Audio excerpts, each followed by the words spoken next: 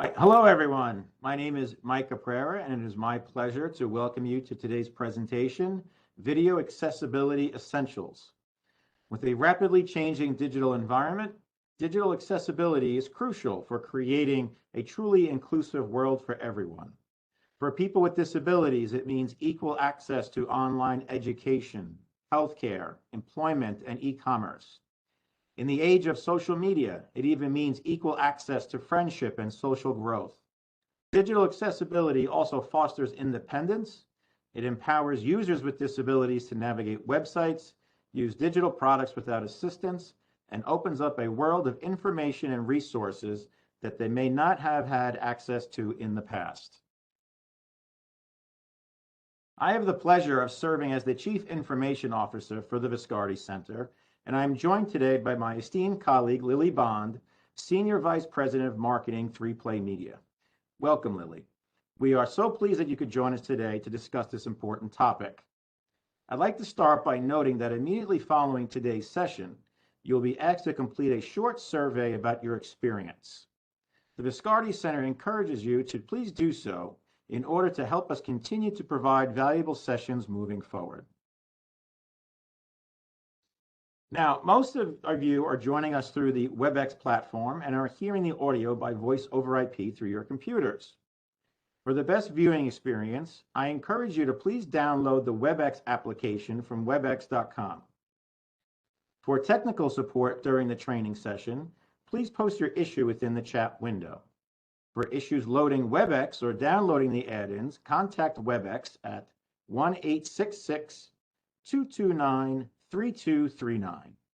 Please note that we'll be accepting questions from the audience during today's discussion.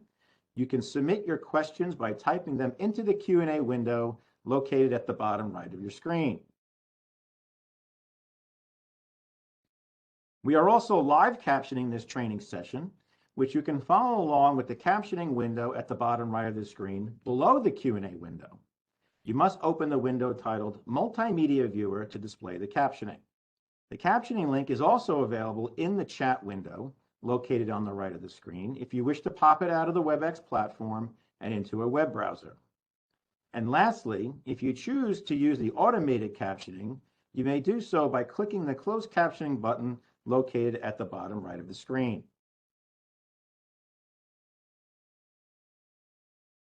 In today's one-hour webinar, the Viscardi Center, along with 3Play Media, will provide a brief overview of the video accessibility legal requirements. We will discuss the different types of video accessibility services that are available, tips for making video accessibility easy, and current trends and challenges. And lastly, we will discuss the current state of the automatic speech recognition, or ASR.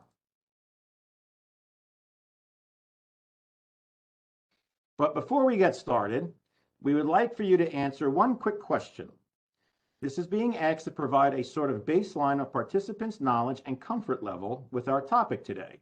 Please note that your responses are anonymous, and answering the question honestly is essential to helping us understand your needs and our effectiveness. So please take a moment to answer it. The question should be appearing on the right-hand side of your screen. And that question is, on a scale of 1 to 5, how would you rate your understanding of accessibility and inclusion with regards to video content? Please use this scale where 1 equals very little understanding, while 5 equals extensive understanding.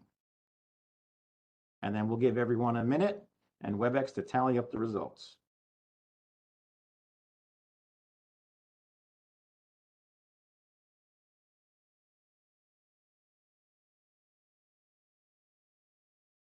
Okay, looks like we have another 10 seconds while WebEx tallies up the responses.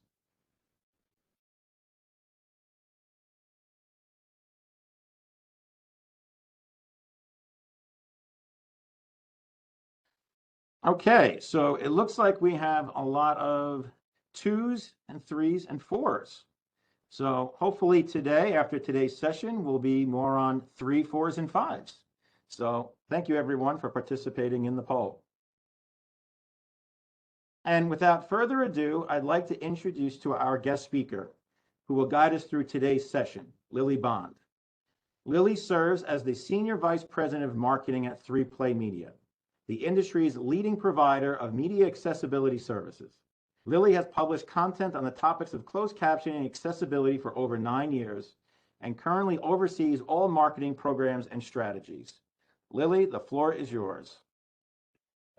Thanks so much, Mike. I'm looking forward to the conversation. Sorry, you can go to the next slide. Great. So I'm going to start off by covering some of the legal requirements for video accessibility, just so we're all on the same page about what the general requirements are, and then we'll go into how to produce those requirements. So there are several laws in the US that impact video accessibility, as well as many international laws. In the US, there are really three major laws that I want to talk about here. The first is the Rehabilitation Act of 1973. There are two sections here, Section 504 and Section 508, that apply to video accessibility.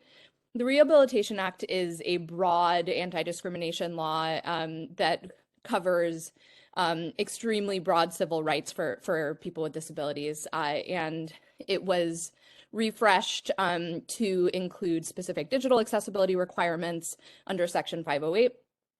Which includes video accessibility. And this law impacts federal and federally funded programming. So kind of a broad range of industries that receive federal funding, including higher education there. The Americans with Disabilities Act is the next major accessibility law in the US. It was passed in 1990. Title II impacts public entities, and Title III impacts places of public accommodation. This is the space where there's been the most litigation around digital accessibility, because the ADA was written in 1990, as I mentioned, prior to the internet becoming as prolific as it is today. And it didn't specifically write digital accessibility requirements into the law. However, most of the litigation in this space has come out on the side of digital accessibility being a requirement. And so any organization that provides a public accommodation should really be considering how your digital assets and video need to be accessible to comply with the ADA. And then finally, the FCC has a law called the 21st Century Communications and Video Accessibility Act, or the CVAA. This is a very specific law for the media space. It requires captioning for video that previously appeared on television with captions. So you think about, if you're a Bachelor fan, you might watch The Bachelor on Hulu, and since that appeared on ABC on broadcast, that entire program must be captioned on Hulu, even if that's not the original place it aired. This also applies to clips of things that previously appeared on television, but not to streaming first content. So a Netflix original, for example. However, there's been litigation under the ADA to really make sure all of that content is covered under different accessibility laws. And then finally, these laws all state the requirement for video accessibility. The Web Content Accessibility Guidelines tells us what that actually means. These are international standards for web accessibility and has 3 levels of achievement. Level A being the most basic, level AA being the target that most organizations should aim to achieve, and level AAA being the most comprehensive.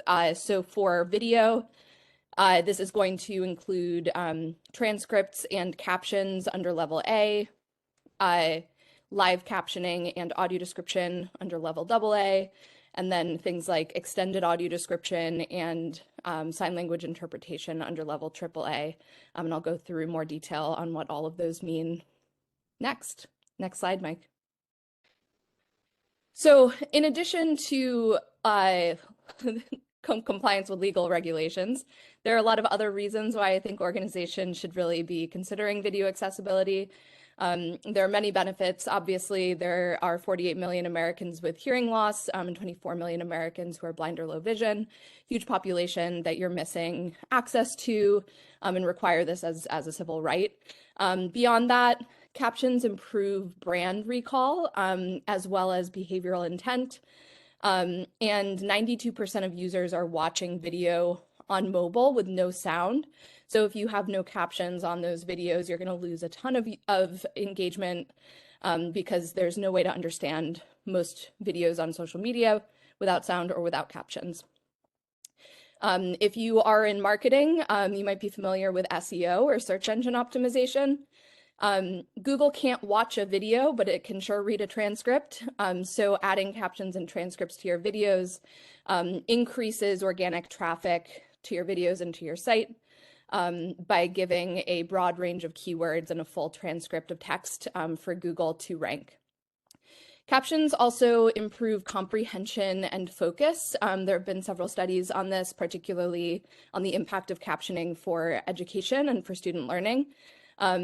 Captions really allow people to provide clarity and watch videos in sound-sensitive environments, to improve comprehension by duplicating kind of the audio and the written word at the same time.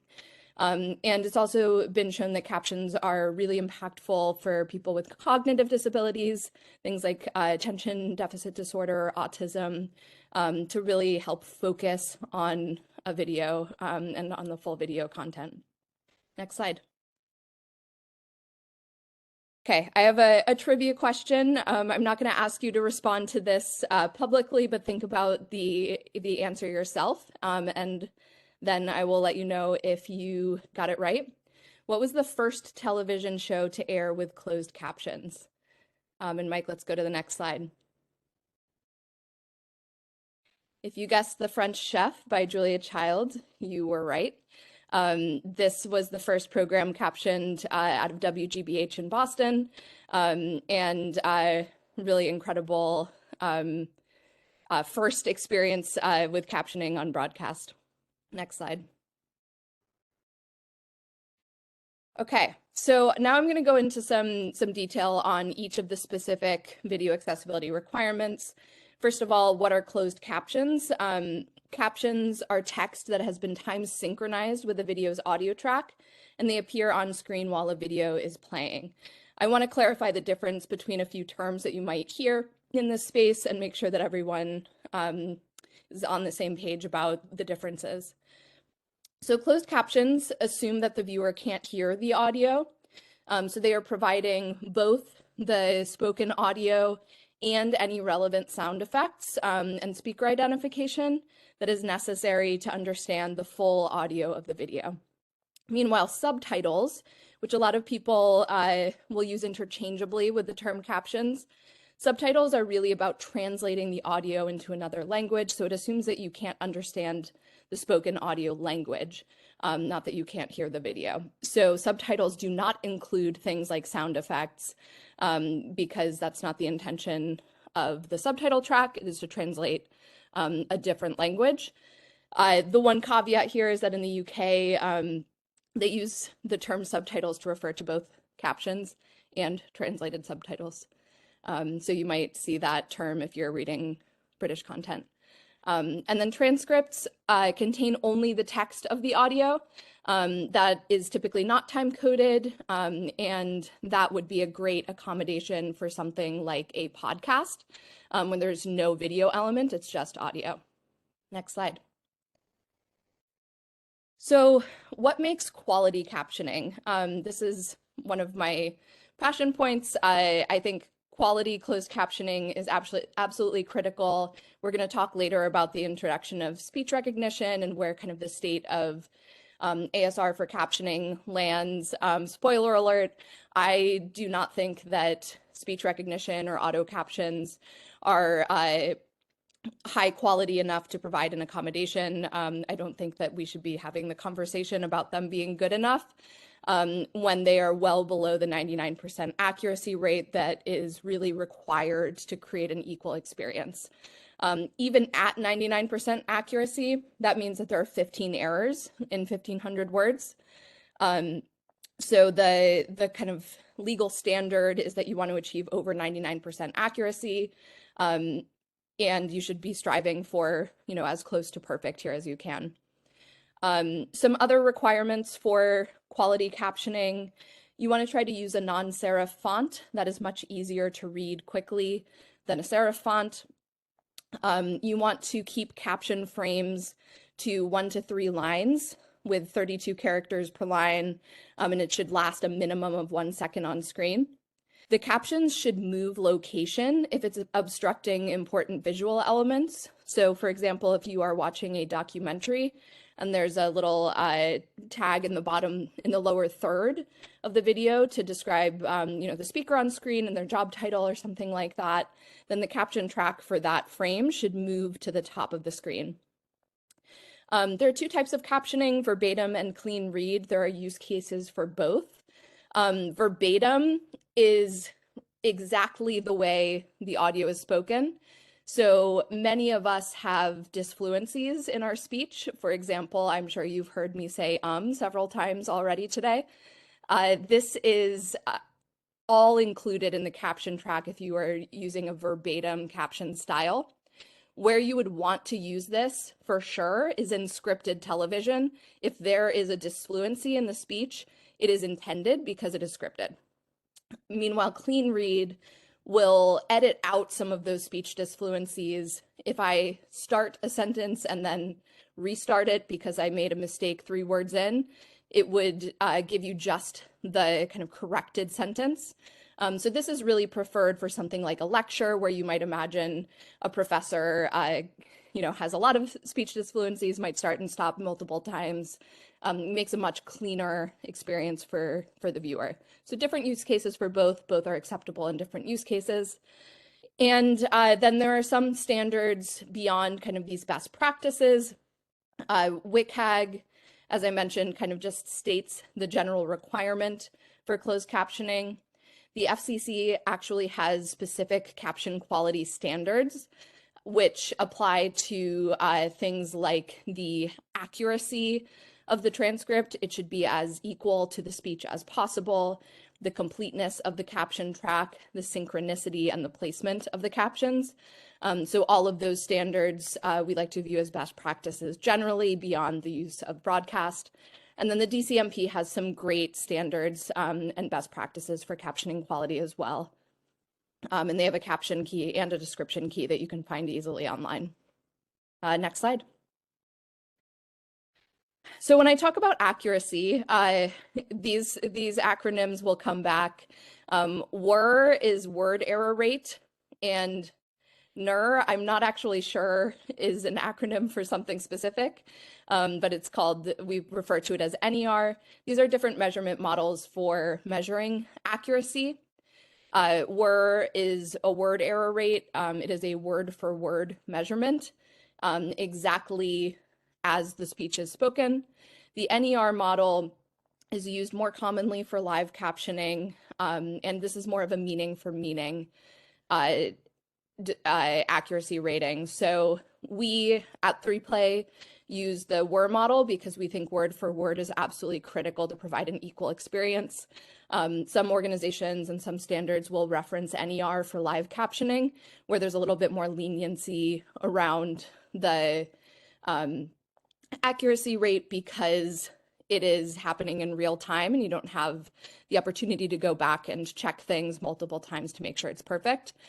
They care most about getting kind of the meaning correct in the transcript. So these are 2 ways of measuring accuracy. I'm going to refer, when I say accuracy, I'm going to be referring to WER, that word error rate, throughout this presentation. Next slide.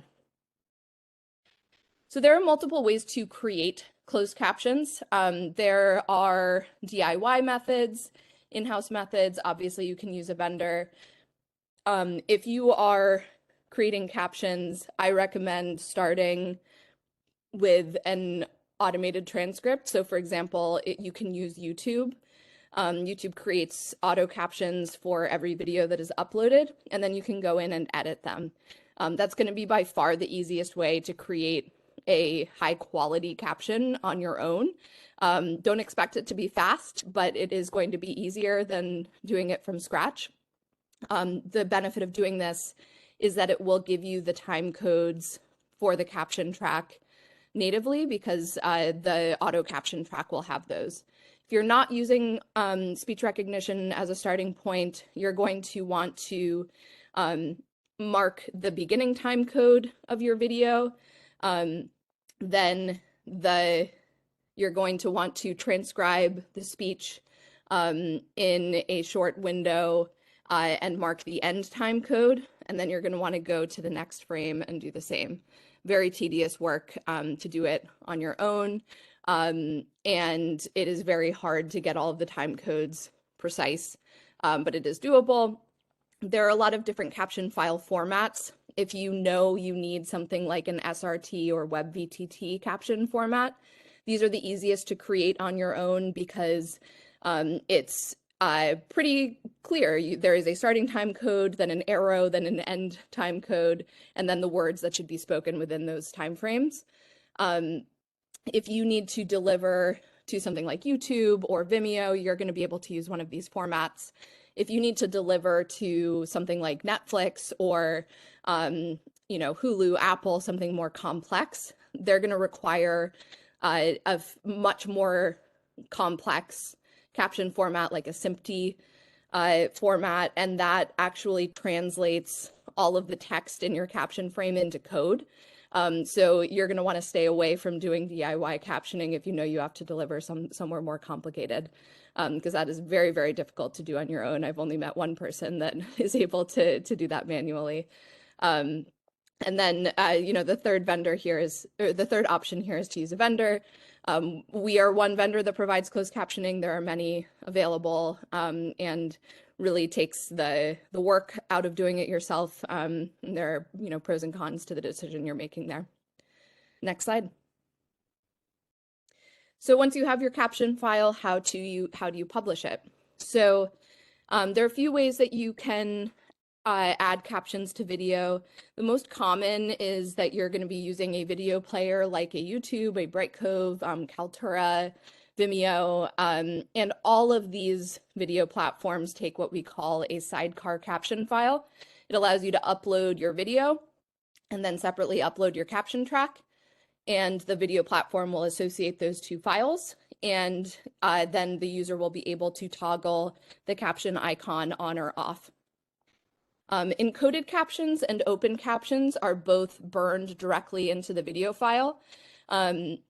Encoded captions you might want to use for offline video, something that is not on a video player. You're going to need to pull up a QuickTime video, for example.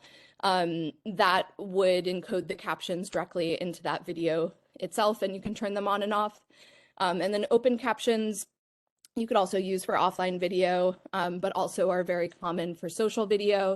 If you want to ensure the captions are always available and always on, if someone's scrolling through your newsfeed, you could use open captions to do so.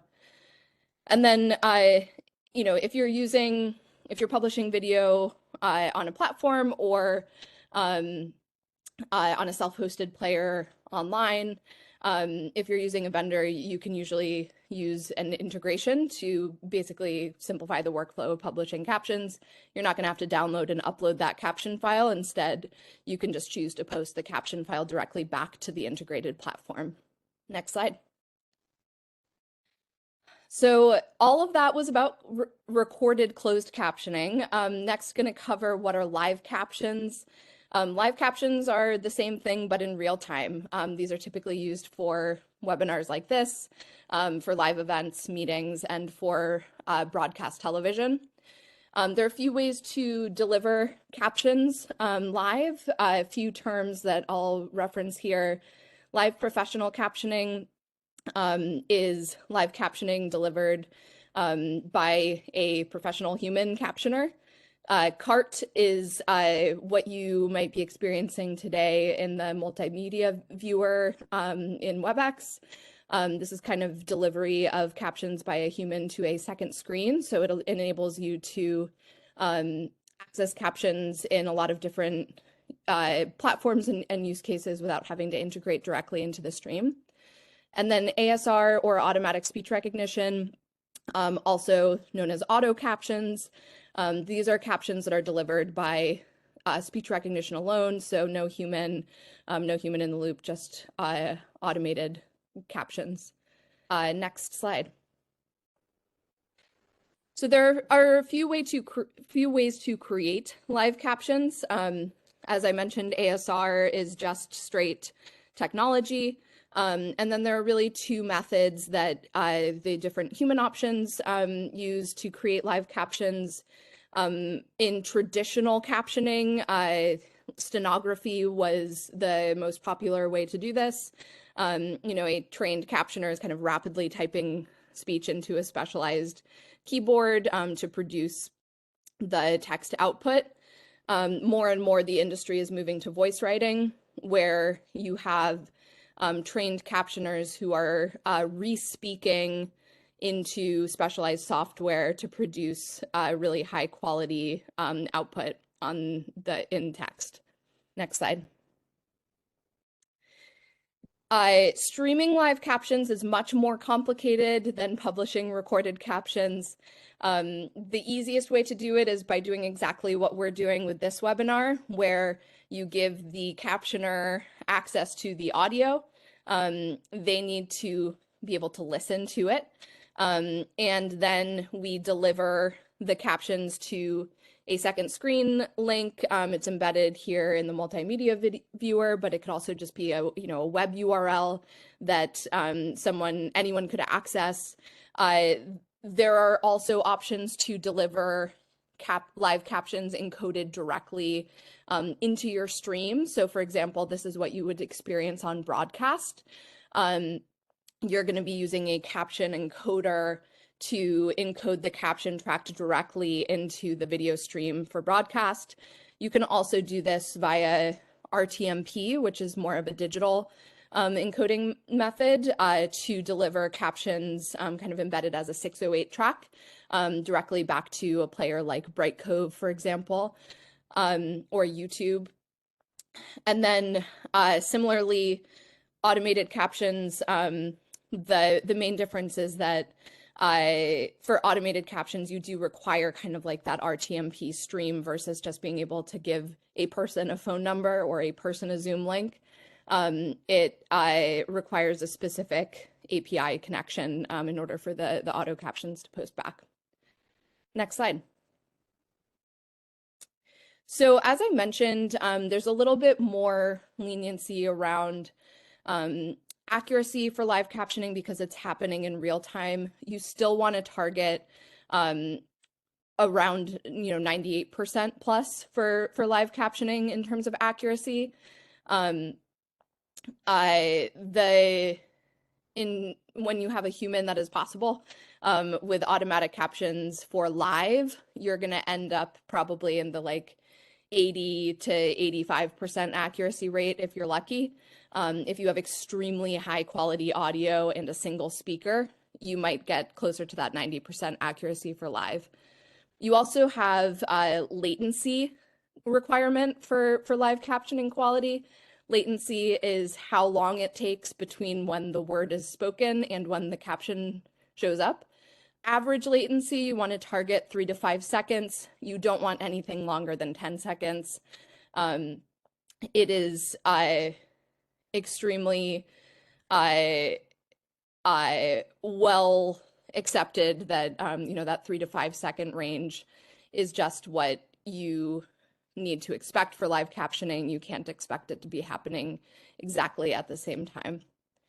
And then similarly to recorded captioning, you do want to include some of the necessary sound effects and non-speaker elements. So you want to include things like the speaker identification and the non-speech elements that are critical.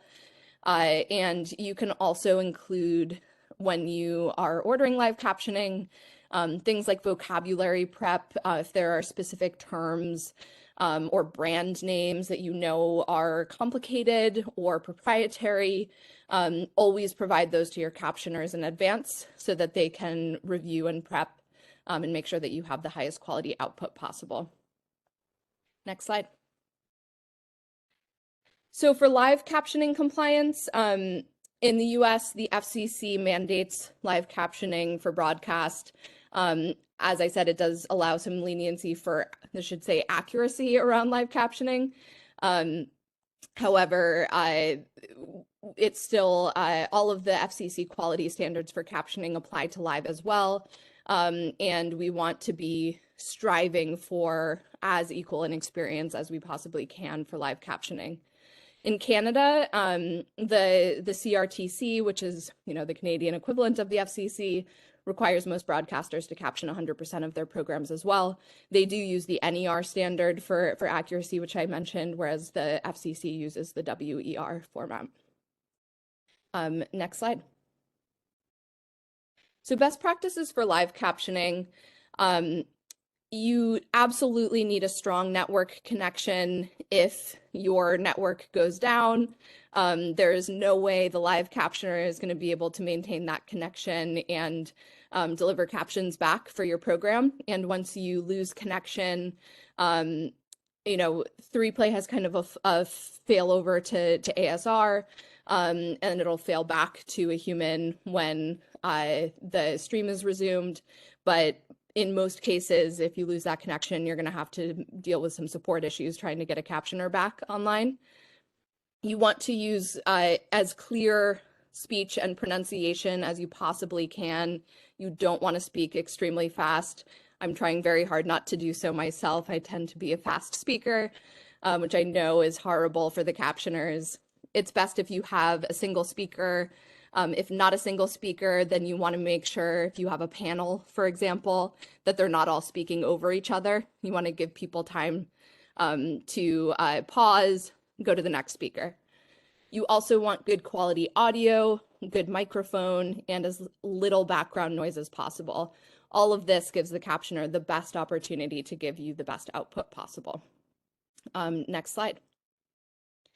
Okay, I'm going to move on to audio description. Audio description is typically the piece of video accessibility that people are least familiar with. So first, as a definition, audio description is the verbal depiction of key visual elements in a video. It's intended to describe critical visual information to the blind and low vision community. There are some other use cases that we'll speak about. I like to describe this to people who have never heard audio description as listening to a baseball game on the radio. The announcer is going to be giving you kind of the play-by-play of what's happening on the field, even though you can't see it happening on your television because you're listening to the radio. And we have an example here of a clip from Frozen with audio description, and I think Mike will be able to play that for us. From the creators of Tangled and Wreck-It Ralph, Disney. A carrot-nosed, coal-eyed snowman shuffles up to a purple flower peeping out of deep snow. Ooh, hello. He takes a deep sniff. His nose lands on a frozen pond. A reindeer looks up and pants like a dog. Seeing the reindeer slip on the ice, the snowman smiles and moves towards him, though actually he's running on the spot. The reindeer falls on his chin. The snowman uses his arm as a crutch. The reindeer paddles his front legs. Head over heels, the snowman crawls along the ice. The reindeer does the breaststroke. The snowman rolls his body, but flips onto his back. The reindeer's tongue sticks to the ice. The snowman held his head. Twig arm and reindeer lips tug at the carrot. The carrot flies off and lands in soft snow. The reindeer goes after it with snowman and his body parts hanging on his tail. The snowman puts himself back together again and glumly contemplates his noseless state. The reindeer jams the carrot back in place and pants like a proud puppy. The snowman pats him with his stick-thin arm, then goes to sneeze. He grabs his nose with both hands. His head shoots off. Frozen, coming this winter, in 3D.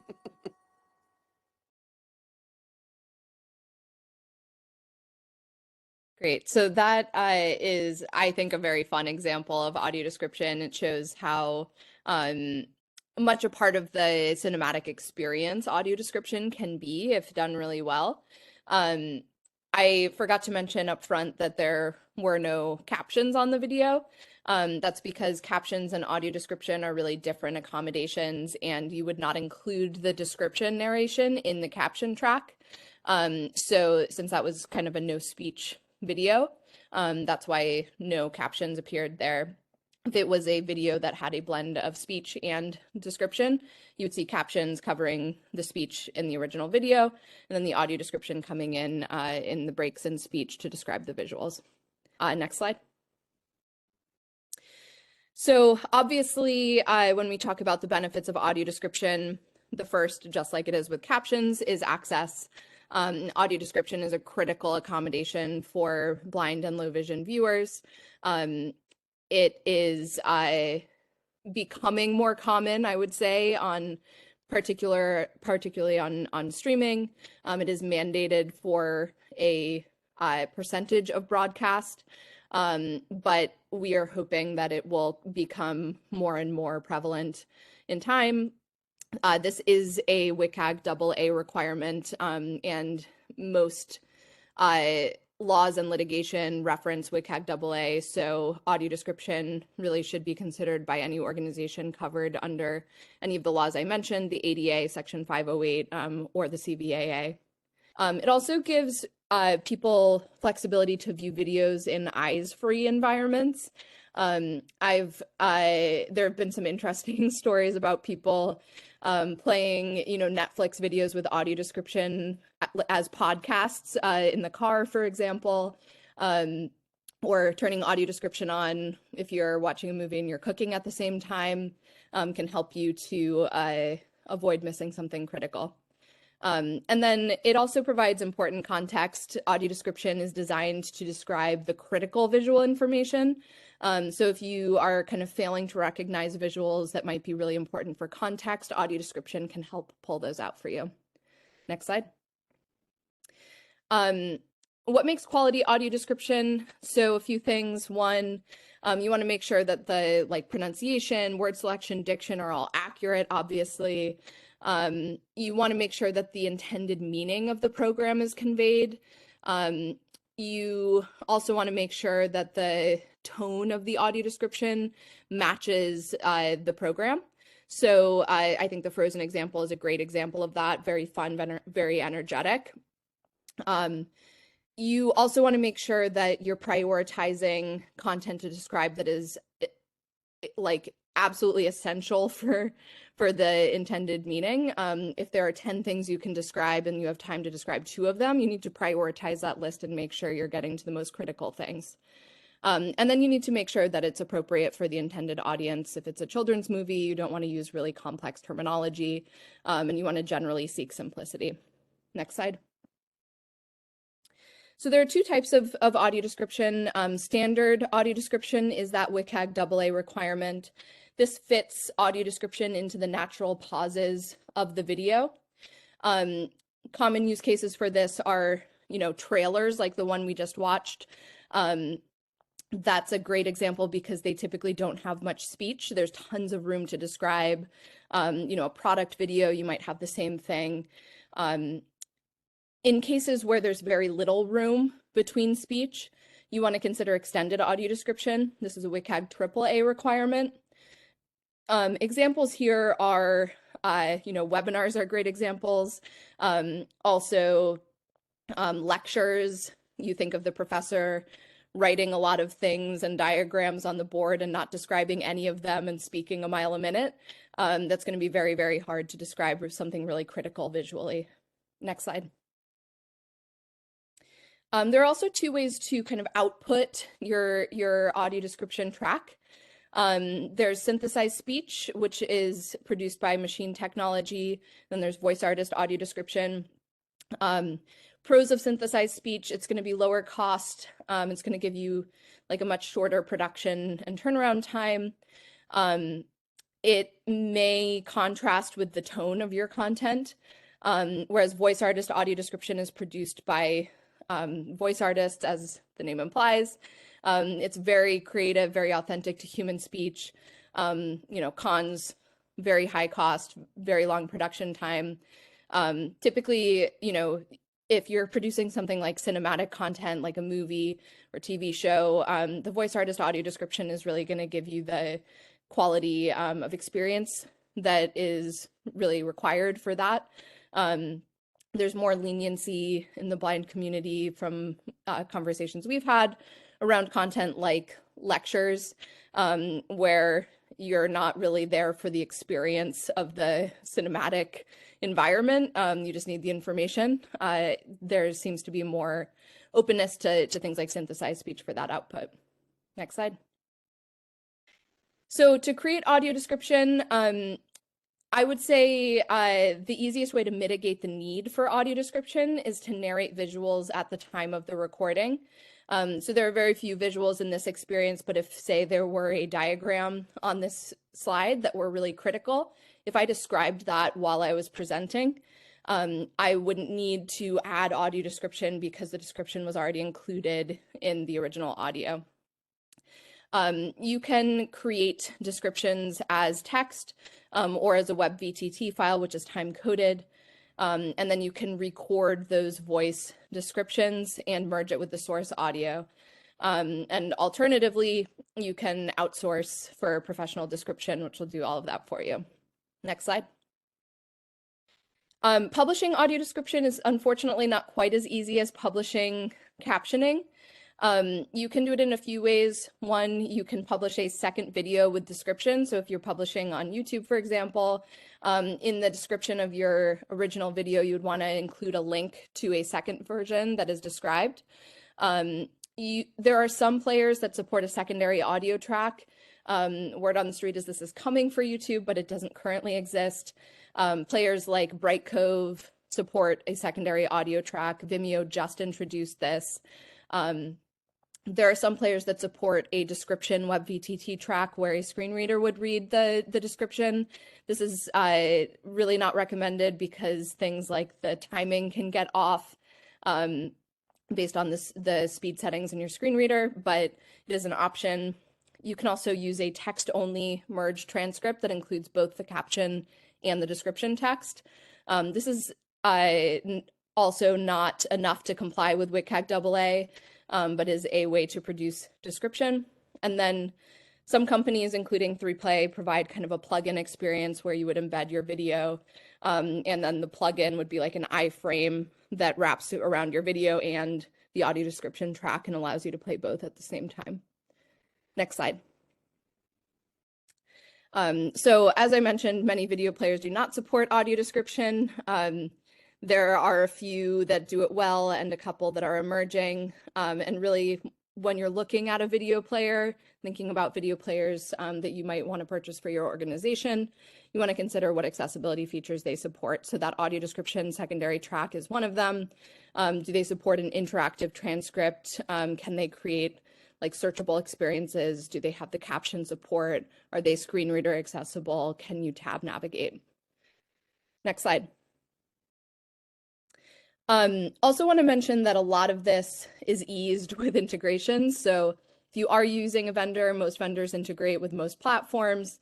You can streamline your workflow by integrating these platforms. So for example, you know, from a player like Kaltura, you could just tag your video in Kaltura without ever having to leave, have it sent to the captioning provider, and then have the captions posted back, have the description posted back when they're done. This really eases the workflow, particularly if you're producing a lot of video. You don't want to have to worry about constantly uploading and downloading and checking whether files are done. Next slide. So wanted to talk some about ASR. I will go through this quickly. I've mentioned it a few times, but ASR is obviously a very trending topic in the captioning space. People are constantly wondering, particularly with the kind of boon in AI in the last year or two, is it good enough for captioning yet? So I want to start by saying that ASR is used in many different ways. Transcription and captioning is one of them. There are also lots of other use cases like Siri, Alexa, using your personal assistant tools, you know, phone support. All ASR is trained, and what it is being trained for matters in terms of the accuracy you're going to get out for transcription. So if you are using something, if you're using ASR and you're wondering, man, it's so good with Siri, why isn't it so good for my caption track? That ASR is being trained for the personal assistant task. It is a single speaker. It can ask clarifying questions about whether you meant something. And it is short form. It's listening for, one sentence and giving you back an answer, versus long form transcription where you have kind of like compounding accuracy issues over time. Next slide. So 3Play produces a report every year where we measure the top 8 to 10 speech recognition engines and how they perform for the task of captioning and transcription specifically. And we test word error rate and then formatted error rate, which includes punctuation, speaker identification, non-speech elements. Those are the things that I mentioned are critical for captioning. Next slide. So I just described this. You can go to the next slide. So in the past year, we found some very interesting things in our latest report. Our next report will be coming out in the next month or so. There are new models emerging. So Whisper, which is OpenAI's model, and then Assembly AI have both emerged as exciting models. That said, they still do not do more than the other leading platforms. So Speechmatics is kind of the other major platform or model with the strongest accuracy. All of them for word error rate still end up around 90 to 95% accuracy, depending on quality. And when you include formatted error rate, which I think of as the experienced accuracy, that includes the punctuation, the grammar, they still are performing, in the 80%, 82%, I think 83% was the highest, very, very far from the accuracy required for captioning. The source material matters. They perform much better, in some cases up to 96% accuracy for word error rate when you have perfect audio, which can be impressive, but even at 96% accuracy, you're still well below the threshold necessary by law, and the formatting, continues to be a problem. The other really kind of scary thing with Whisper is that Whisper hallucinates. So it may be because of kind of the way the model was trained. We're still trying to figure this out, but there were multiple instances where a quick topic change in the video led the speech recognition engine to continue producing text on the original topic. So for example, a news segment was talking about the weather and then transitioned to kind of like an emergency alert. And the Whisper engine continued generating made up weather reports because it did not understand that the topic had changed. That is a huge risk for accessibility and leads to major issues with accuracy. And from what we saw, we're actually going to include this in our current report. We're trying to measure the percentage of errors that Whisper made that were hallucinations, and we think it might be as high as 25%, which is extremely alarming.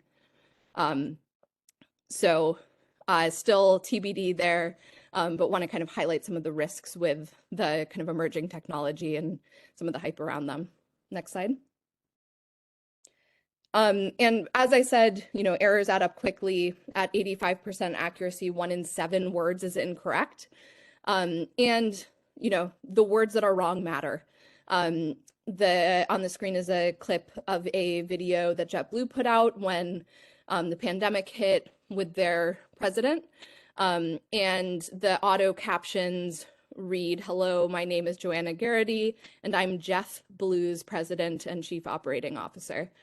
So the word that the ASR got wrong was the brand name, and led to, a lot of brand challenges for the company, and it can be a big risk for organizations. I think that might be my last slide. That's it. Yeah, happy to take questions, Mike. Great. That's wonderful information, Lily. Thank you. And I will tell you, folks, every time Lily comes on and does a webinar for us, I learn more and more every time. So I'm actually going to give myself a 5 on the poll when we run that again. But thank you very much, Lily. And one other comment, too, is when it comes to the weather, I think the weathermen or weatherwomen actually hallucinate sometimes as well and don't actually tell the correct weather. So, but as we can see, it's got some ways to go. But thank you very much. And I'm sure this wonderful information that you shared here today will be a great benefit to all of our participants. Now, let's take some time to take some participant questions. Please keep in mind that we will try and answer as many questions as we can. However, due to the number of participants and the limited time, we may not have the capacity to answer all of them on this webinar. Please enter your questions in the Q&A window below.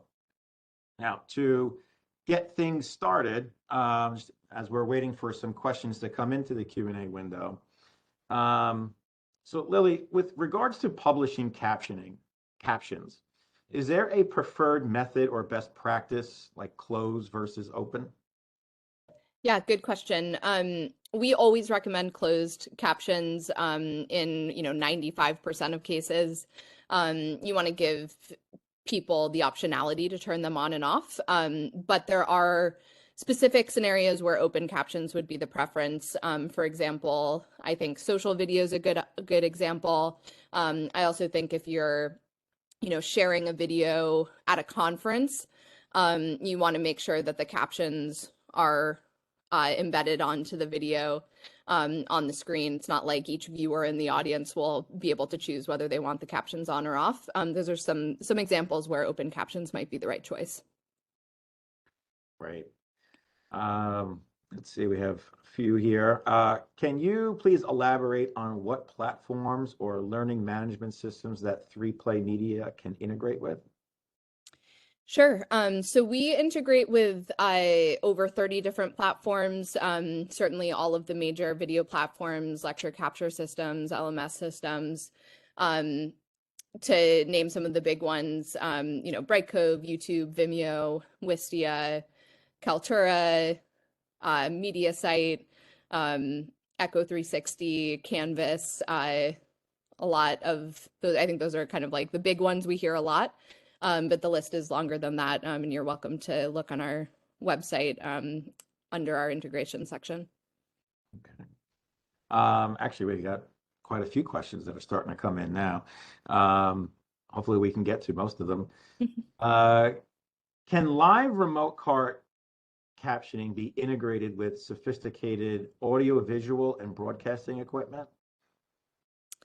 If I understand the question correctly, basically, like, can you have cart but not in a second screen? Can you have cart kind of like embedded into the video experience?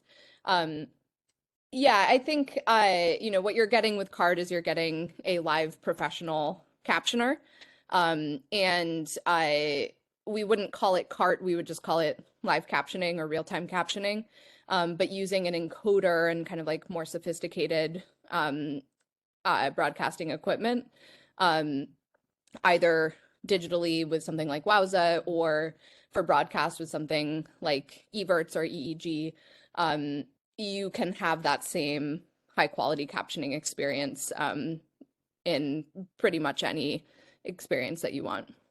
Okay, great. What streaming services like Facebook Live or YouTube have the best results with regards to captioning and remote cart integration? And are there any tips for captioning Facebook and other social media? Yeah, great question. YouTube definitely has the strongest support for this. So anytime you're looking at a platform to integrate like a human captioning solution for live, you want to look for platforms that have RTMP streams. That will give the company you're using for live captioning the best ability to add live captions directly into the stream. So YouTube certainly has that. Facebook has it to some extent. And something like like Twitter or now X, definitely not up to par with the other platforms. And then, if you're using an encoder separately, you can usually kind of work around that, but it's a little more complex. Right. We have one that's a little lengthy, so stay with me here.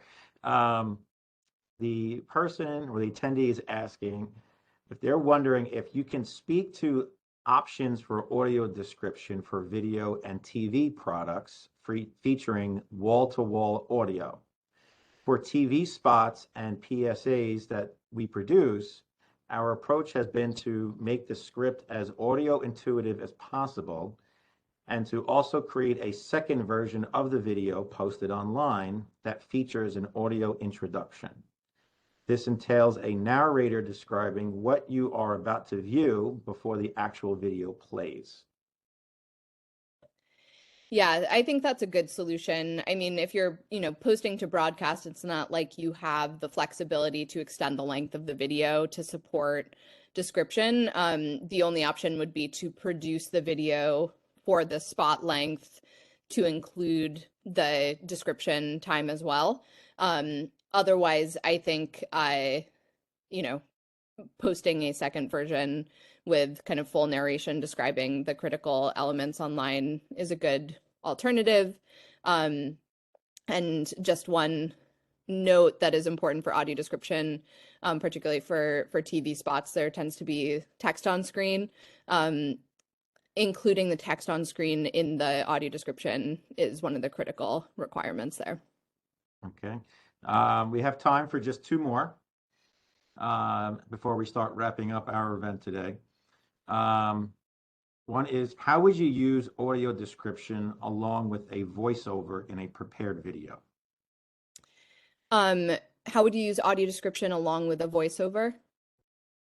Yes, that's where the question is written. So I'm assuming that means that there is like speech in the video, and you also want to include audio description in the video.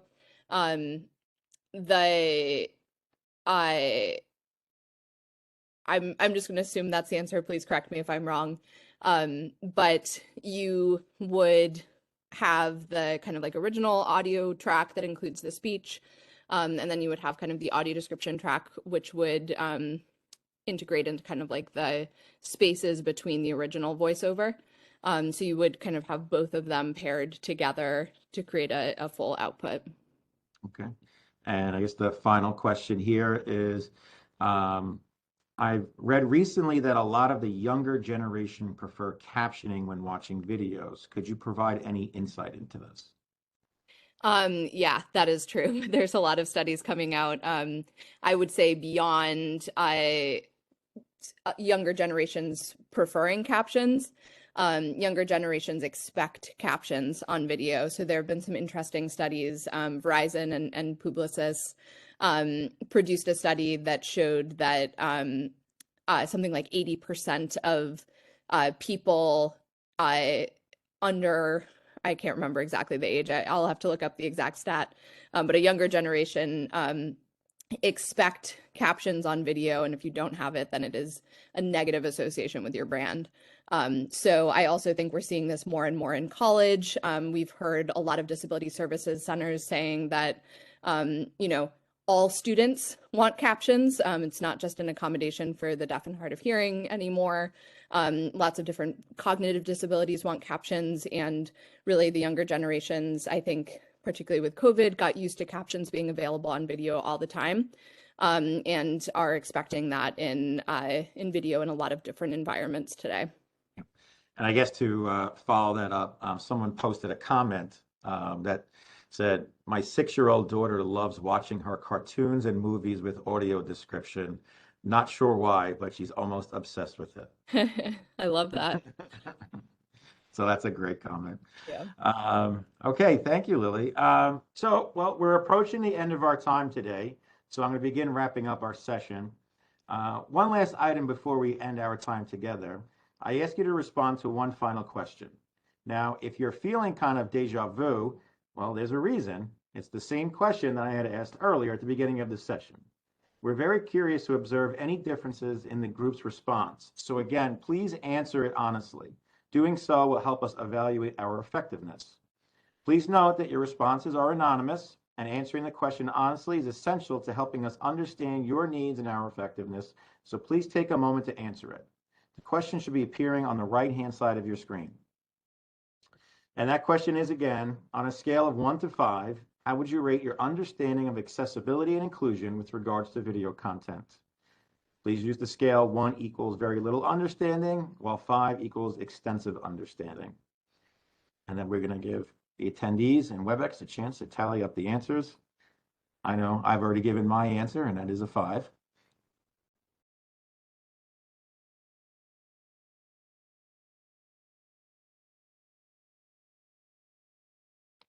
Okay, so we were at 2s and 3s and 4s, and now we're at 3, 4s, and 5s. So excellent work, Lily.